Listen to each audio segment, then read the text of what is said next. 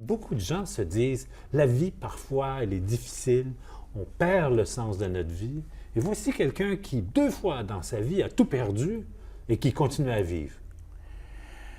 Oui, j'avais aussi des choix. Après ce drame atroce qui m'est arrivé en 1970. En 1970, c'est un incendie de forêt, vous perdez votre famille. Et je ne voulais plus vivre. Je n'avais pas le droit de vivre. Je savais pourquoi vivre. Donc j'ai décidé, je ne voulais pas non plus que ma famille, mes enfants, seront morts pour rien. Je voulais donner un sens à leur mort et aussi un sens à ma vie. Parce que pour moi, cette catastrophe était à nouveau les ghettos de Varsovie, Treblinka, les flammes, pareil. Ce drame atroce en 1970, c'était encore plus dur peut-être que l'Holocauste même, parce que j'ai tout mis sur ma nouvelle famille, à nouveau tout a hanti. Et donc après ce drame, j'ai décidé de créer une fondation pour lutter contre les incendies de forêt. Et c'est grâce à mon action qu'aujourd'hui il y a moins d'incendies de forêt, parce que l'État français a fait beaucoup avec moi ensemble pour réduire l'incendie de forêt. Il n'y a pas de morts. Et aussi, j'ai terminé Au nom de tous les miens, mon livre, qui est devenu un grand succès au monde entier, puisqu'il est lu par des millions de lecteurs, traduit en vingtaine de langues, plus.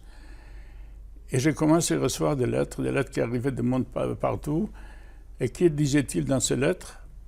Eh bien, d'abord, ils ont me remercié pour le courage qu'ils ont trouvé, eux, en lisant mon livre. Ils ont souhaité que ce dialogue qui a commencé avec « Au nom de tous les miens » ne se termine pas.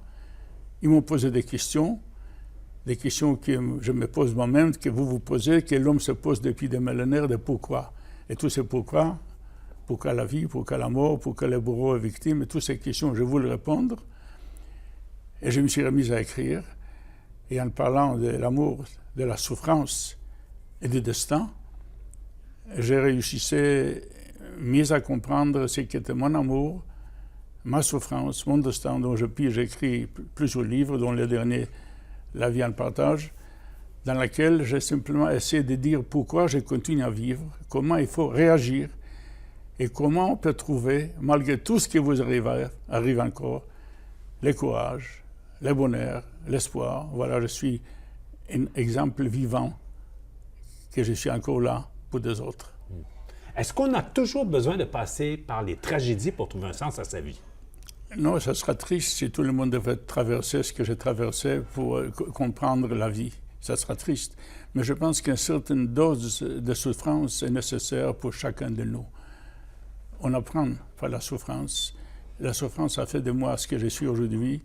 Et c'est grâce à ce que j'ai donné aux autres, par mes livres, par mes conférences, par tout ce que j'ai fait, par notre interview aujourd'hui, ça revient vers moi comme un boomerang, encore plus fort. Tout ce que je donne, je reçois encore plus fort.